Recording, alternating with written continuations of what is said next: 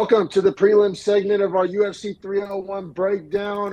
We're going to start off here with Jack Shore versus Joanderson Brito. And Brito coming in at minus 185, Shore plus 155, men's featherweight. And like Brito is a guy we were both high on, man. As a bettor, you liked him more than I did this week. But I mean, regardless, in an ultra deep featherweight division, I have Brito as like basically my favorite unranked guy. Yeah, I couldn't agree more, and that's essentially where I was coming from with this bet. Is that we had seen Jack Shore come out recently against Ricky Simone, and I thought he looked pretty shaky in that fight. It kind of, I guess, broke some of the mottos or motifs I thought about Jack Shore being such a tough, young, up and coming guy. That being said, he got back on track with a submission win against Makwan Amirkhani. Also, Makwan Amirkhani lost in PFL horribly recently, so that was like the ultimate can crushing. And so I thought, man, it's tough thinking that you lose to Ricky Simone, and I like Brito almost as much as I like Simone. And so that's where I was like, if you're losing to Simone by sub in the second round and not winning any point of that fight, I like Brito's chances here. So I like the number. I think minus 170, correct? 185 when it started. Minus 185. Yeah. Yeah. But yeah, I mean, Brito, as soon as this fight started, he was more aggressive. He was more dynamic. He was more powerful. He just kind of outdogged him, right? He was Bro, in his face. He was letting it go. I'm so happy that's what you said because that's exactly what I was counting on happening.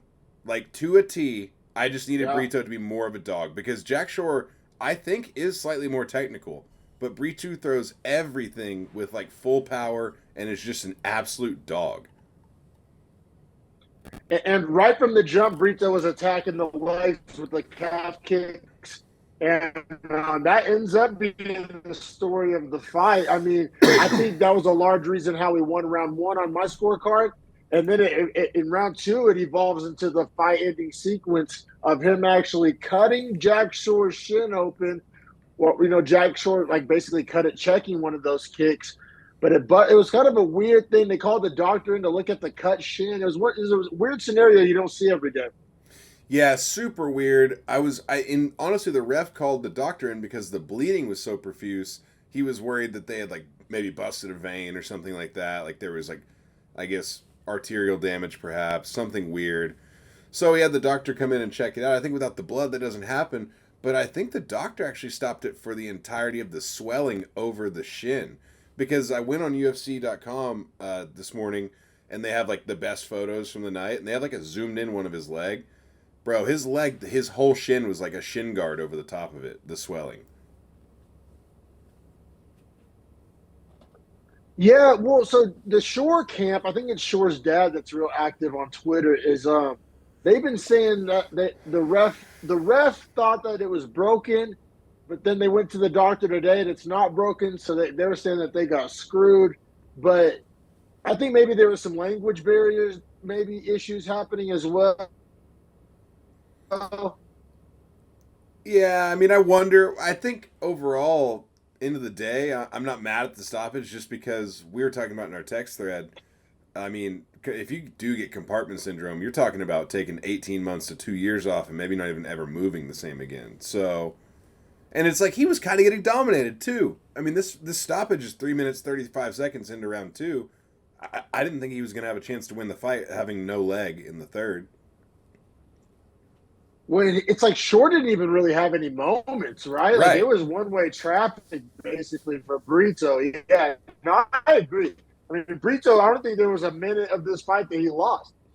No, yeah, he had 5 minutes and 9 seconds of control time. I mean, he had the takedown and just essentially rode Jack Shore out in the first, and then, um, yeah, I mean, yeah, Brito looked great. Looked great. Felt great on my parlay. My Brazil parlay was building at this point, which for anyone that's wondering, main event video is posted. Hit Aldo, hit Pantoja on the Brazil parlay. Just need Costa and Brito, so Brito would be the third leg out of those four here. Riding nice on that one. That was a plus 882. One unit, but had to throw it up for the home Yeah, crowd. plus 82. Yeah, man, and you're smart for doing it too, man. I jumped Brito up to 15 in my power rankings. I have him right behind Leron Murphy. Murphy has a main event, I think, next week or 2 weeks from now. Yep. The Apex main event. And I jumped him over Dan Ige. That was kind of my debate. Do I jump Brito over Ige? And I just think like where they're at in their careers, I think I do. I agree with you, man. I have him at 15. We're in lockstep there. I have him ahead of Ige as well. Now, do I think he beats Diego Lopez? No. No. I think there's levels, right? No, no, no. But at the same time, I do think that like he's tough because of how he fights. Now, I haven't seen a lot of guys get him to a third round, and I wonder if you were able to like do heavy body work and leg kicks through rounds 1 and 2, how does he look in the third with that style? So, a little still unanswered for me about Brito, but I love what he brings when he shows up, and he shows up every time. I want to see him fight Bryce Mitchell. That's what I want. I mean, I feel like Bryce Mitchell would be getting fed there. Maybe, I don't know. Bryce Mitchell's a tough son of a bitch. That's what I'm saying. That's what I want to see next. I think that like rankings wise, just I think it would be fun. Yeah, that's what I want next. And then Jack Shore, you might not be that guy, pal. I dropped him all the way down to 33. I have him behind Damon Jackson and ahead of Pat Sabatini, like down in that tier. So I have him Is right that around. fair? Is Yeah, that fair? yeah. I have him around the same. So I think I have him at 28 in mind, but I was thinking like a Charles Jourdain next for him, something like that. So like I have David Onama at 28, and I think David Onama beats up Jack Shore right now. So, but so that's just how I have that middle tier kind of falling. But I think Styles makes a way better, a closer fight there than this one because Onama won't pressure him as much. He's going to out athlete him, but I think Jack Shore would out technician him. So I think that's a fun fight. I wouldn't hate that fight being next, but Onama is coming off a win, so.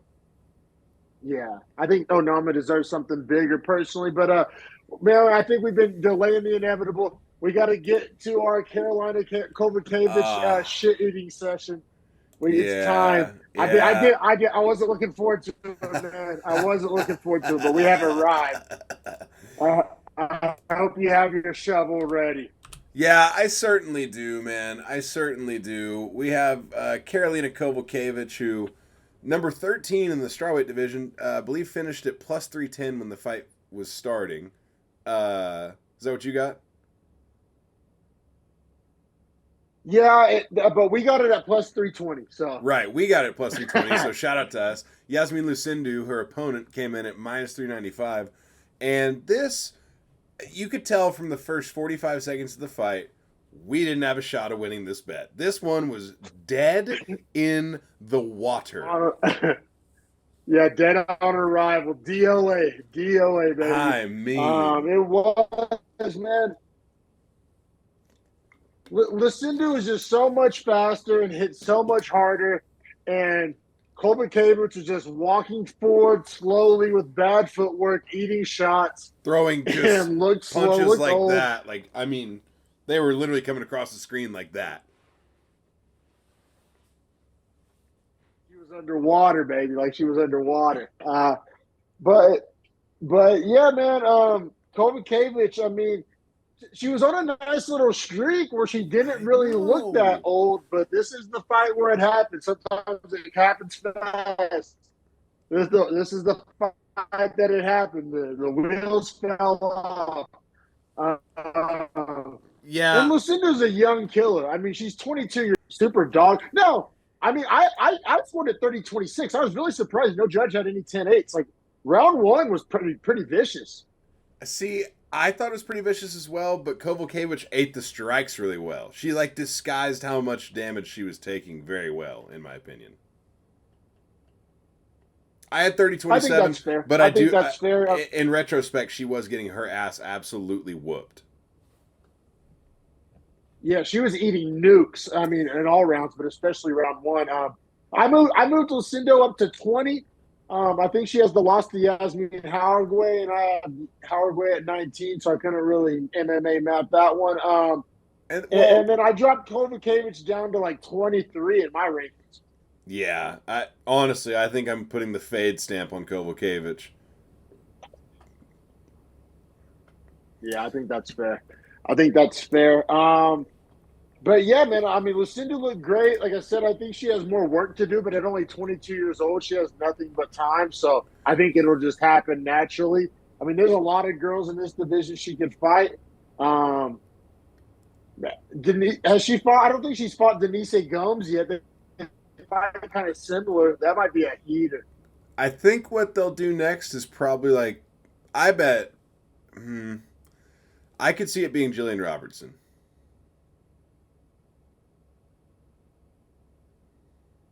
I'm here for that. I'm here for that.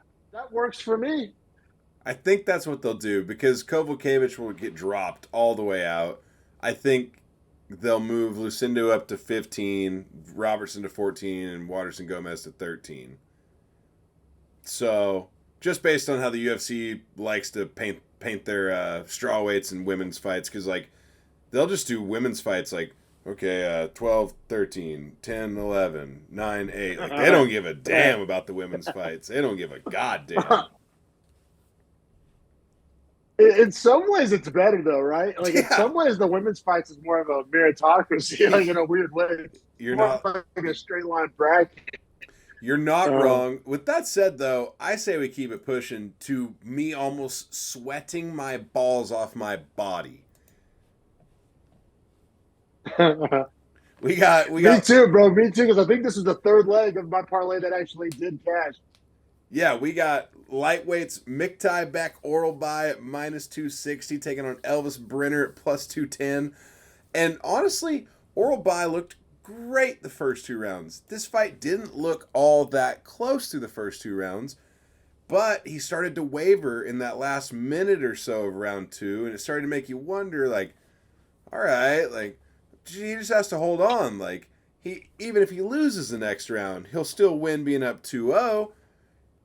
And then this dumb asshole grabs the cage and stops the takedown. And I want to ask you about this because the ref takes a point and just lets the fight keep going. Is he supposed to stop to remove that point and then restart them? Or is that just a live? Because I thought the fighter's supposed to be made aware if he's losing a point. I can't remember a time when the fighter wasn't made aware. Now, whether or not that's a thing the ref has to do, I don't know. I don't know the letter of the law on that, but I can't think of just like anecdotally of a time where they let it keep going like that. That jumped off the screen to me. It seemed odd. Yeah, because if Myktybek, like, is the ref communicating that in Myktybek's language to him? Like, hey, I'm taking this point from you Hell right now no. for what you just did? No. So Myktybek's fighting, like, I was worried he was going to fight like he could still lose the round and win the fight. Because at this point, if he loses the round, he ends up in a draw. It's a draw. Yep. Now, No, thank I God. agree, bro. I agree. I think that was some Brazilian home cooking. I think that was some Brazilian home cooking. Well, yeah, it was a Brazilian ref, Fernando Portela, and then it was Elvis Brenner, Brazilian fighter, and then they had a Brazilian judge on this one too, just in case there was a close round. That now that being said, I mean, like you said, Oral by easily won rounds 1 and 2. Round 3, there was a point deduction, and it was the closest round of the fight. Did you still score it to Oral by 9-9? Bro, I did, but fucking barely. Me too. It was sweaty. It was a sweaty It one was as sweaty a because it was so close from me scoring at 10-9 that I felt like any sort of home cooking had to happen then, and I didn't know who the judges were. So I was very worried. I was like on my chair, like on my knees, like arms on my chair, like face down, like just listening to the decision be read. It was degenerate gambling at its finest. well, like this was the third leg of my parlay that was still alive, and I was like, and it was kind of a heavy, chalky. It was like a chalky three-legger. It wasn't raw that it was going to be just so lame of a cash, and it wouldn't have got me in the green. So, yeah, I was sweating hard. Yeah, so I had my official parlay, which I put 3 units on this week of Pantoja, Brito, Orolbai, and Costa. And at this point, from our breakdown standpoint, Orolbai was that third leg, or in real lifetime, he was going to be that second leg.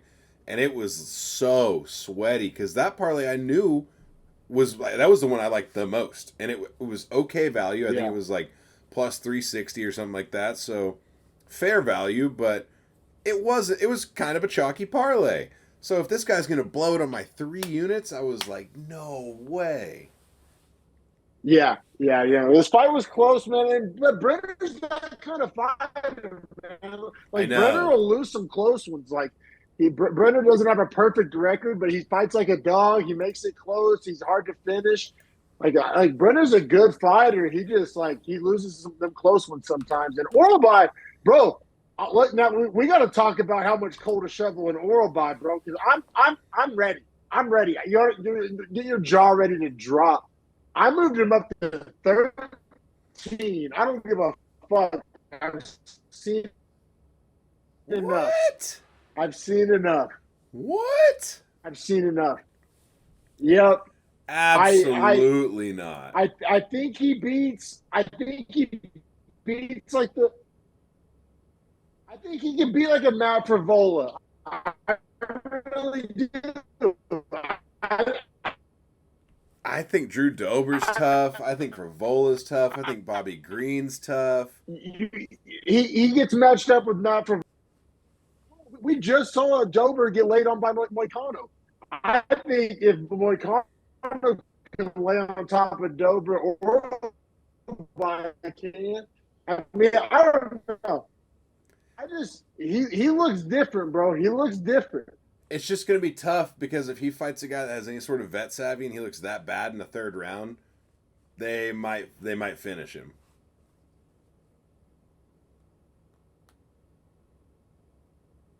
Maybe. I mean, you know how much I like Roundbesky, and I think I'm on Orolbai over Roundbesky. No way. Okay. This performance scared me off the Orolbai coal in the train because it became so close and because he's grabbing the fence and doing dumb shit in the fight. Like I saw a lot of mental mistakes from him and physical fatigue. I mean, those are things I do not want to see from a top 15 guy at this division specifically. Yeah, but I think it was the fatigue was like his pacing was so intense in the 1st round, and Brenner is a hard guy to get out of there. Like Brenner is like notoriously tough, and I'm not saying these other guys aren't tough, but I don't know, man. I when Orolbai was firing on all cylinders, did you not get like Hamzat vibes? I did. I got like Hamzat vibes. Like he was like when he was redlining it, when he was giving it his all, and he was fresh. It reminded me of Hamzat because Hamzat looks like dog shit in 3rd rounds too. Yeah, I didn't see quite the level of dominance as a Hamzat, especially against a guy like Elvis Brenner. He definitely doesn't have the power in the hand. Right. But the takedowns and was coming real easy. He was getting them takedowns easy in round 1. Like, yeah, I think there's steamroll. I think there's a lot of problems for him. Like I think Kuda Taladze would give him problems just stylistically.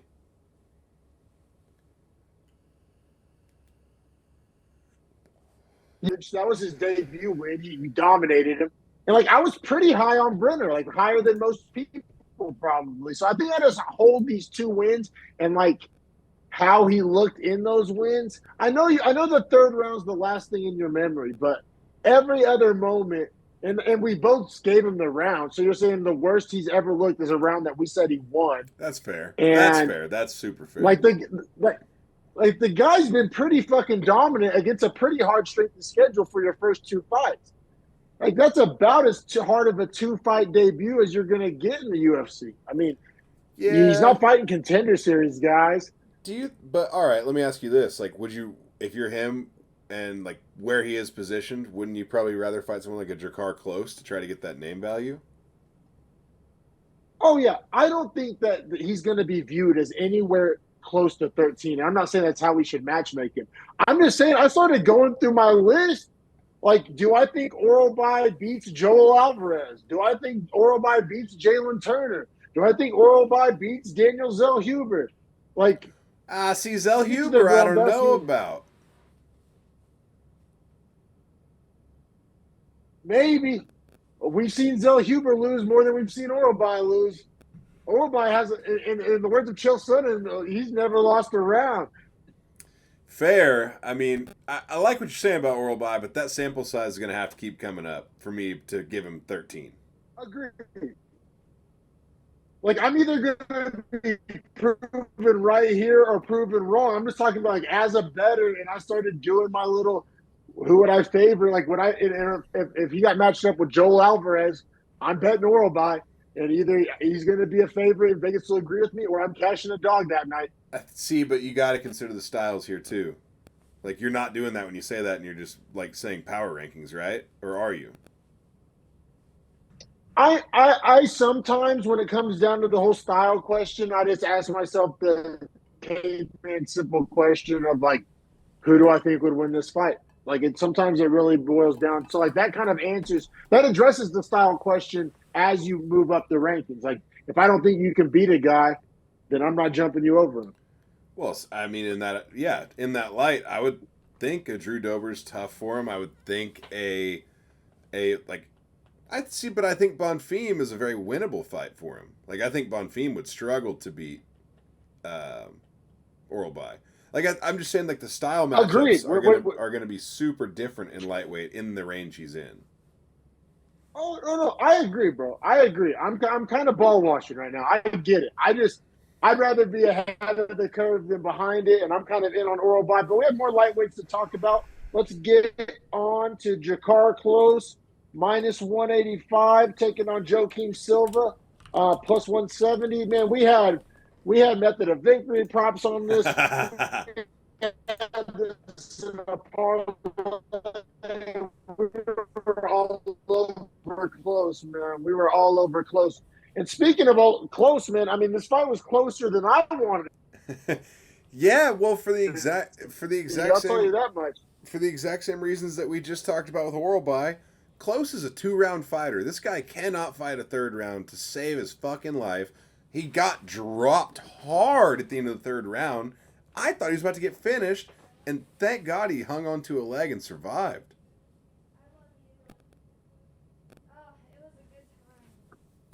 Yeah. I mean, Drakkar Klose, man, he made us sweat because Silva definitely won that third round.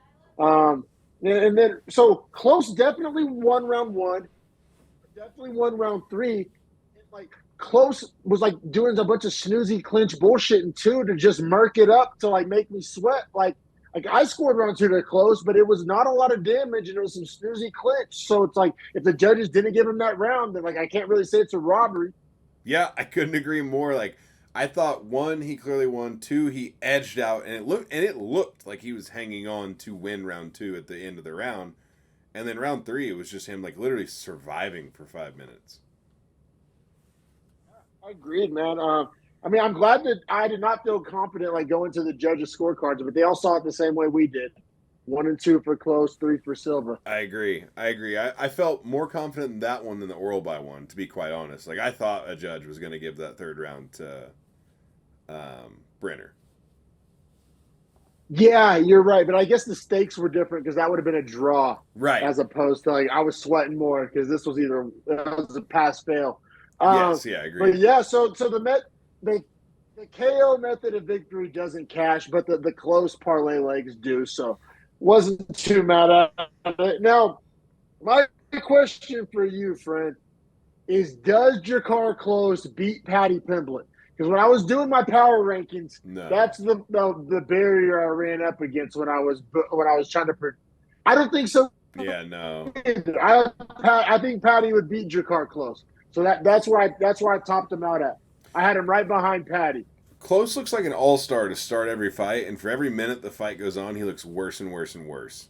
So he's like, if there's any guy he gets matched up against that I think has, like, any sort of survivability or toughness, I hate Klose's chances in those fights. And in fact, I think him versus Orolbai would be awesome for the simple fact that they're both going to just go balls to the wall for 8 minutes. I agree. I agree. I think that's sick matchmaking for all the reasons you just said. I'm here for that. I'm betting Orolbai in that one, as you can tell from my previous breakdown, but I still love the matchmaking. I think it makes a lot of sense for both guys. Absolutely. And man, as much as I'd like to like spend time matchmaking Joaquim Silva, I'd rather spend that time ball washing Mauricio Ruffy. Yeah, me too, bro, bro. Me too. like we got one. We got one. Yes, agreed for sure, man. Mauricio Ruffy, minus 220, making his debut against Jamie Malarkey, plus 180. And man, I didn't know a lot about this Hoopy kid, but I know that if you're favored against Malarkey in your debut, like the big things are expected from you. Yeah, I agree, and all week I've been talking about, man, I feel like Malarkey's a live dog here, simply for the fact that like I didn't know a lot about Ruffy. I hadn't heard a lot about him in like the MMA scene or for Robelis to Spain. I knew about him before the UFC, for instance. You know what I mean? Like guys that are seemingly world beaters, you know about before they're in the UFC. Well, I didn't know about this guy, so I had that as one side of the weighted coin. Then I also had Malarkey at plus 175 as a tough customer. So I was, saying to people, it's not a dog I'm betting, but it's one that I'm going to say isn't the worst one to take. Within 30 seconds of the fight, I realized that was the dumbest thing I could have said. Yeah, Hoopy, like you said, looks special. I mean, he's fast, he's long, he uses the knees. I mean, Malarkey can strike, and he was outstriking Malarkey. Malarkey's long, he was longer. Malarkey's tough, he was tougher. Like this guy's a fucking dog, dude. I'm all in on the Hoopy train. And his striking defense was crazy. The way he was cutting angles and sliding off from like crosses and jabs and then countering it. They said it on the broadcast, and it's too soon to say it, and I hated hearing it, but it was true. He has like shades of Conor McGregor in him when he fights. Like he has the same style, and it's pretty as fuck. Yeah, like the silhouette, the outline, right? Like how Demetrius Johnson be doing the fighter like style, those are awesome deep by the way. fakes, it almost looked like he was doing like a Connor one, right? Like it kind of did, like the stance and the swagger, and just being able to like literally slide his head off of like straight line shots and then just counter straight right back down the pipe. It was like that feels like Connor. Well, when he hit that scissor sweep, it looked like something straight out of a video game. He slid in there and did the scissor sweep and got like the trip takedown. Like that was some like video game special move type shit. It's a Mortal Kombat type shit. Yeah, he honestly he was like flowing at that point. Like he was already having so much success 2 minutes into the round striking. He felt the confidence to do that. I loved everything I saw about Hoofy. He's a guy going forward. Like I put a lot of chips into the bag. Let's say. Where'd you rank him? I jumped in all the way to 16, bro. I'm here for it. I'm here for it. I have him at 19, but I'm here for it. Yeah. Well, because I think he's beating the shit out of like a Bonfim, I put him over Zellhuber too. But first off, and I think he beats up a Jalen Turner even. I'll take him over Jalen Turner right now. You know what? Stylistically, he would probably abuse Turner because Turner's going to come long down the middle and he's going to slide the shots and counter him hard. When he doesn't have self-doubt, like he believes in himself. That's another thing, like the Connor vibes, like, yeah. So yeah, it's safe to say I'm all in on Hoopy. He gets the round 1 TKO with the flying knee. Earlier in the round, he landed like a spinning heel kick. So like all this happened in one round. Where it sounds like we're talking about the highlights from a 5-round fight. He did all this in like 3 minutes. What was it? 3-4 minutes? He had a whole highlight reel. Yeah, official time 4 minutes 42 seconds, but like last 40 seconds is him just beating the shit out of him. Yeah, I mean that was a special debut, man. That was a special debut. We're all in. We're all in. And let's keep it pushing briefly on this shitty flyweight on flyweight debut. Holy shit, this fight was garbage. This should have opened the card. This was disrespectful to everyone else on the card to not have this open it. Agreed, man. We got Dion Barbosa, minus 240. Ernesta Caracate, plus 195. Both making their debut. Women's flyweight. I mean, Barbosa,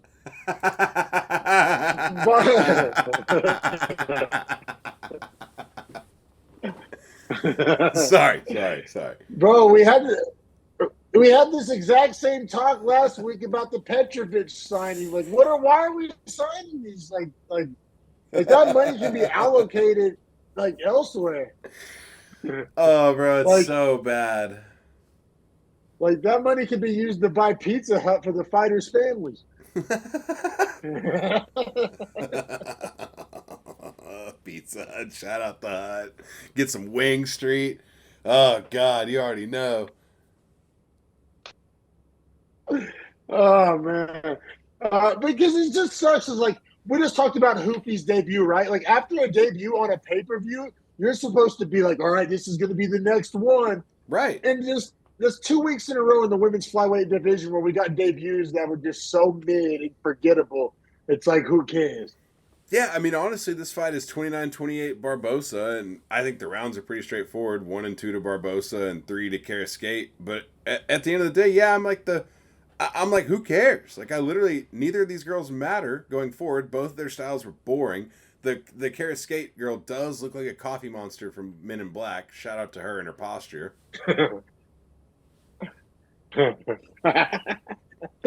I'll say like her frame is interesting though in this division. Like, what at the back end, like if she's fighting like a Veronica Hardy or a Maria Agapova, somebody like that, like her length is going to be a problem. But I just don't think it translates. Like she needs a lot of seasoning. She's green. She's Yeah, real green. And bro. even the winner, like it's weird. Like I'm kind of, I don't want to say I'm higher on Karakate, but like I mean, like at least she has the frame, the pedigree, the cardio. Like I don't know. I'm just Barbosa just seems so like there's a million Barbosas out there in the women's MMA world fighting in LFA. Like she just seems so not special, right? I couldn't agree more. There's literally nothing that stands out about her except maybe just strength. Like she seems strong. Yeah, yeah, for sure, man. Let's keep it pushing. I mean, Barbosa gets the win. Yeah, that is what it is. I'll be right back. Absolutely, yeah. I'll get this next one introduced. We got Ishmael Bonfim. This is lightweights. Bonfim here at minus 535, taking on Vince with no E. Pichel plus 400. This is one where, and Michael talked about it in our text chain. He had bet on Bonfim to get the finish, and if you look at Pichel's record, Pichel does not get finished. Yeah, yeah, exactly. And man, this was a real feeding. Even though Bonfim, people are saying, "Oh, he should have got the finish." Like, I made a tweet from our account that got a little traction that just said like Bonfim landed about like five quote unquote fight ending blows. Like Vince Pichel was just a tough son bitch, and like I thought Bonfim looked great. It's just people are saying, "Oh, he should have knocked him out," fighting an old guy, heavy favorite. And those are all valid points. I just thought Bonfim performed well. It looked good. I thought Bonfim looked good, and yeah, like you said, Pichel's chin is it's still not cracked. It's still there. And so, Bonfim, did he lose a round? No. Was he in any danger of losing this fight at any point? Absolutely not.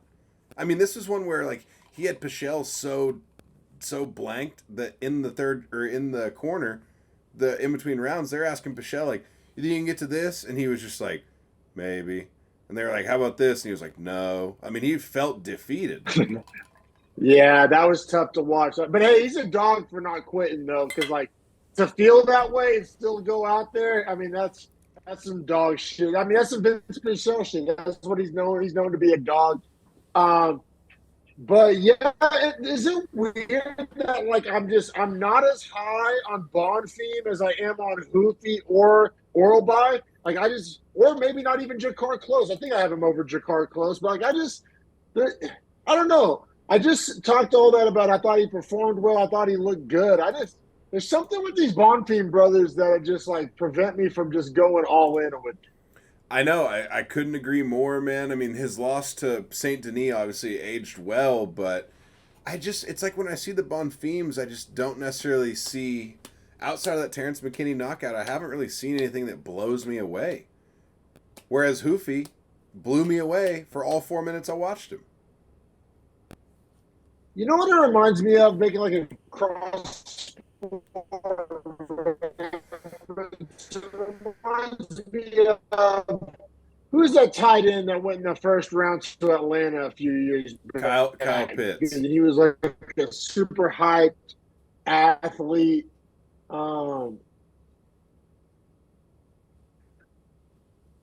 Yeah, Kyle Pitts. The fake no potatoes. You know what I mean? Like it's like there's something missing. Like the talent's obvious, but there's some missing ingredient. Yeah, I couldn't agree more. That being said, I want to see the missing ingredient guy take on the guy with the missing ingredient, which is Ruffy. I would love to see Bonfim Ruffy next.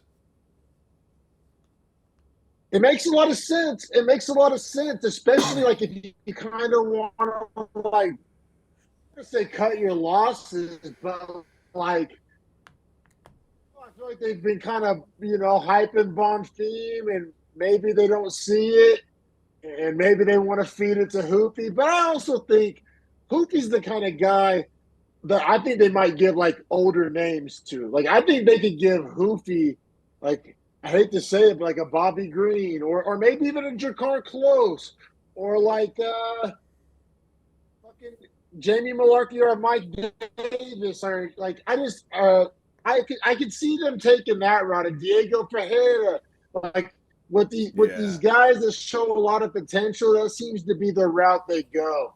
I could see that. I could absolutely see that. Wouldn't be the worst, I don't guess, but I don't know. I like Ruffy Bonfim. I do. I just like how that fight plays out. Yeah, I mean, in all fairness, I have Bonfim at 25, which at lightweight is very, very good. But you see the difference between like I don't have that urge to jump him into my top 15, top 20. Right. He's right there. He's very good, very good. Yeah. Couldn't agree more. Agree. But I mean, we'll get to our curtain jerkers. We got some flyweights or a flyweight that me and Harrison are both high on. Alessandro Costa training out of that Grosso gym, taking on Kevin Borjas plus 100. We were all over Costa, man. This value was nuts. This money line, Vegas was tweaking, thankfully for us. Yeah, this money line made no sense. At no point was this fight even close, in my opinion. Kevin Borjas got dominated. If anything, this fight was a slower pace than I thought it would be. Like I thought these guys would meet in the middle like buzzsaws and just go after it. Kind of played around back and forth in round one. Granted, I thought Costa won round one for sure, but in round two, they definitely engaged a lot more, and that led to the ultimate demise of Borjas. Yeah, man, we had 2 leg kick KOs basically last night. I don't know if that's exactly how it'll go down in the record books, but for all intents and purposes, that's what happened. That the first one happened in the first fight of the night, kind of maybe a little foreshadowing there. Yeah, I mean, basically Costa morally to the leg kicks, and he just kept going after. So many times you see a guy not stick with it, and this is what happens whenever you stick with it. And then he got the leg kick TKO. Yeah, it was brutal to watch. It was awesome to watch, especially as a guy that bet Costa, and also it was the first leg of the parlays for me. As far as my Brazil parlay and my other parlay that had 3 units on it.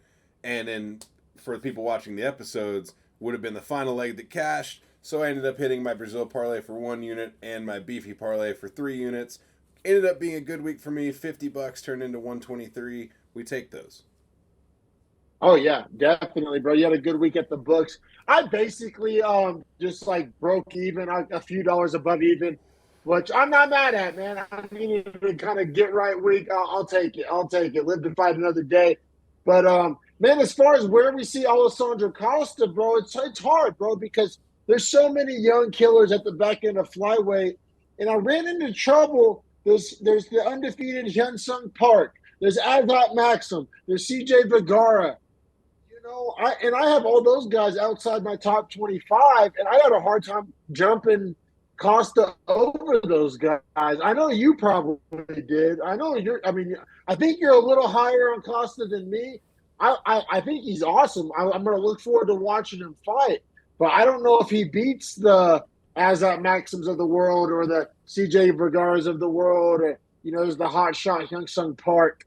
I don't know. I think he's better than like the Jesus Aguilars and Edgar Shirez's of the world, the Altamiranos of the world, the Jake Hadleys of the world. I think he's better than those guys. I don't know if he's necessarily. I don't know. How do you feel about Costa?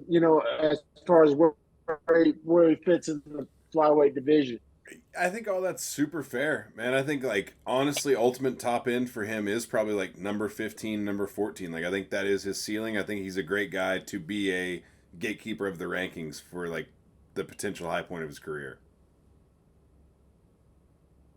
Yeah, man. Because like, could he beat Matt Schnell? Like, sure, probably. Yeah, could he like, beat Sumu Darji? Sure. Yeah, exactly. Could, but like, he hasn't necessarily led me to believe that he would. Like the difference between could and would. Like I think he can go with damn near about anybody. I mean, he's proven that. He went with Steve Ursay, right? Like he'll go with you, but I don't know if he can win. Right, I feel the same way with Joshua Van. Like I think if he fights Joshua Van, he probably loses 2-1. I kind of see it the same way. Man. But yeah, I mean, Costa got 50 G's though. That's awesome. Yes, sir. Deserved it too. 50 G's as a curtain jerker, like that's impressive to get 50 G's as a curtain jerker. And guess what? You know what that means? Last time ever curtain jerking for you. Yeah, the most disrespectful curtain jerk too, considering Dion Barbosa and fucking Ernesta Carrasquet. It's ridiculous. That was embarrassing. Yeah, agreed, brother, man. But yeah, man, that was a lot of fun, man. Good week at the books. For a pay-per-view that was kind of slept on / hated on, I thought it was a fun night of fights. Yeah, fun night of fights, but it does seem in retrospect like that felt more like a really great fight night than an actual pay-per-view. I agree. Like, I mean, I hate to say it. I would like to not agree, but yeah, no, I feel you. I mean, like that Shevchenko title fight was on a really good fight night. That's what I'm That's saying. kind of what it felt like, right? That's what like it felt like. Shevchenko title fight, like this was one belt. This was a co-main that wasn't a top 10 matchup. There wasn't a top 10 matchup in the main card, I don't believe. So, yeah, it was like a really good fight night. It really wasn't pay-per-view quality, but yeah, fun card. I mean, yeah, the star power. Oh, I mean, Jose Aldo added a lot of star power. They needed that. That was a card saver. Correct. That was a card saver. Because if you got Anthony Smith as the co-main, my ass might have been on, a streaming site. Oh, bro. Yeah, I'm not even gonna lie. Especially with apparently they had a bunch of pay-per-view issues last night with ESPN Plus. So I'm happy those didn't affect either of us. No. Because it has in the past. It was the O'Malley card that fucked up for us. So we've had that issue. Yeah, ESPN Plus, get your shit together. Yeah, that's bullshit. You're owned by Disney. Yeah, exactly. You have fucking all the money in the world. Well, bro, and Disney Plus works great. Their streaming service is awesome. It makes no sense. And so does Hulu. I never have any problems with Hulu. Like, they just put they got the developers off in fucking Fiverr to make the goddamn ESPN Plus app. It's ridiculous. Just throwing them fivers. But yeah, man, that does wrap it up for But UFC yeah, man, 301. fun episode. Like and subscribe, cocksuckers.